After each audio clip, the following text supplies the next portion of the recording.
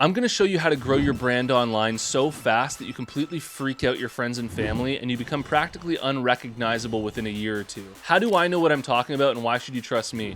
Well, unlike other YouTubers that will talk out of their ass and pretend like they did this quickly themselves, it actually took me roughly 5 or 6 years to have my first $70,000 month for my brand. Through my online brand, I was able to quit my job 7 years ago as a video editor at TSN, and I've made 10 times the amount of money that I would have made if I just stayed in that job.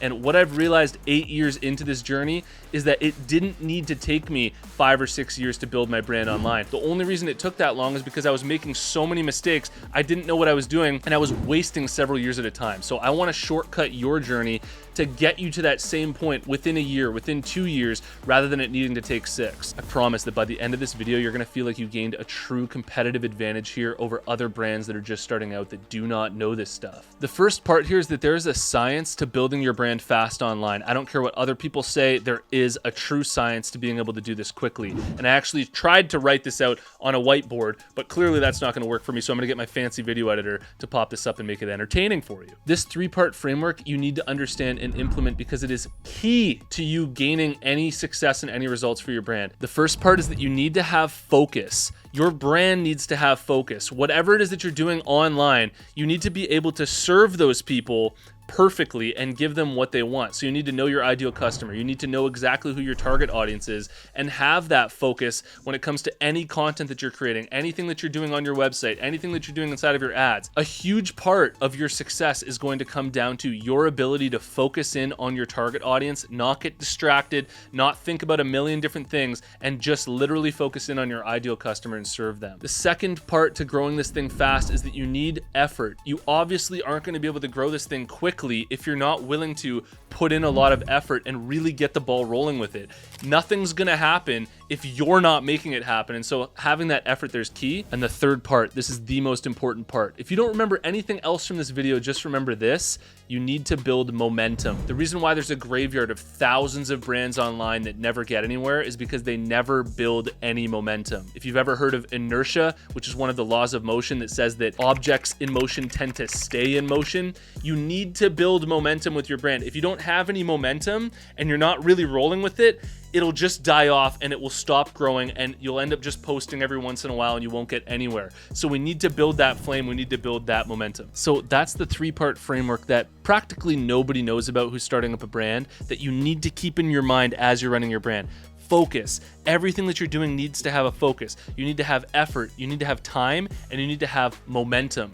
When you get all 3 of those things working together, you'll start to snowball it forward and you'll get 10 times better results than anybody else. Now, before we do a true deep dive into all of this, Apparel Success is sponsored by my buds over at Design.com. If you struggle at all with designs for your brand, this is the place for you. You type in your brand name or design idea, smack that enter button, thousands of logos are gonna come up. You can add your own keywords for what your brand's about and it'll give you even better logos. Then you just choose whichever logo you like and you can edit, refine that logo as long as you want for free until it's perfect. For example, I just made this logo Surfs Up. It took me 2 minutes and it's better than most logos you'll find online. So if you wanna give this a shot, just head over to Design.com/apparel success and you can get up to 88% off at checkout. So let's dive deeper into this framework and break down the exact actions that you need to take in order to blow up your brand fast within the first year or two.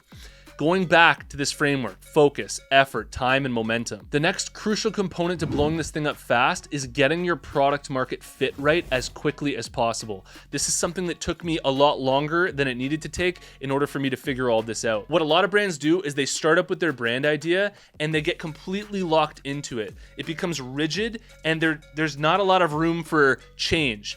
And what happens a lot of times is you launch your brand, you think you know who you're selling to, and you realize that as you get going here, oh, maybe my target audience that I thought I was going after isn't exactly resonating with my brand, and I need to make changes to this rigid thing. You need to burst through that, crack it open, and be willing to be flexible and be willing to make changes a lot quicker than what I was willing to do. As an example, when I launched my clothing brand, we originally thought we were for hockey players. So we spent the first couple of years trying to sell to hockey players. And what we realized after going to events and trying to sell to those people is that our brand isn't actually for those people, it's for people living in rural Canada. So we changed all the text around, we changed the website, the way that it looked, all of the types of posts that we were making in our content, and we just dialed in on that product market fit. But the thing to take away here is that you need to master your product market fit as quickly as possible, because you can end up spending multiple years trying to sell to the wrong audience if you haven't nailed that yet. The way to dial in your product market fit is to test. Think about it. What is product market fit? You've got a product and your brand, and then you've got the market, which is literally the market, and you're trying to fit the two together, and it needs to fit like a puzzle piece. So the way that you want to see this is that your brand is fitting with the market like a perfect puzzle piece. And if there's any offness there, if it's not resonating perfectly, people are just going to go off and buy other brands because we're living in a competitive world, and they'll just do whatever the hell they want to actually do. So developing your product market fit isn't this thing that just happens all at once when you first get started. You need to iterate. Okay, well, they weren't resonating with that messaging there. Maybe if I tweak this word here, maybe if I change this photo on my website, maybe if I post this content instead. And you're constantly like until it's eventually like, boom, baby, got it. Let's go. We've got the product market fit down. People are resonating with it. We're finally getting a couple of sales.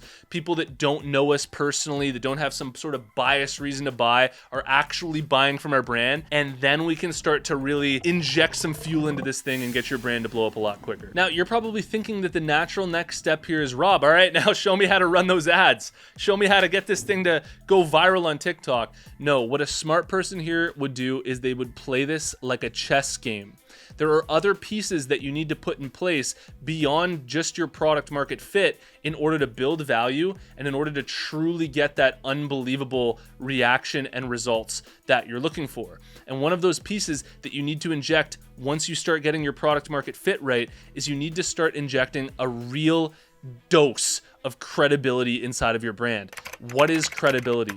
Credibility is trust. You can basically use those as synonyms for each other. Credibility is trust, trust is credibility. Now, Rob, how exactly do I get credibility inside of my brand? Well, I'm going to share with you the exact ways that you can get credibility inside of your brand. The first way is to have a really nice looking website. If you don't have a good looking website and your website's kind of broken or the design is off and people aren't being able to navigate it well, it kills your credibility. People don't trust it because it looks like it's amateur hour.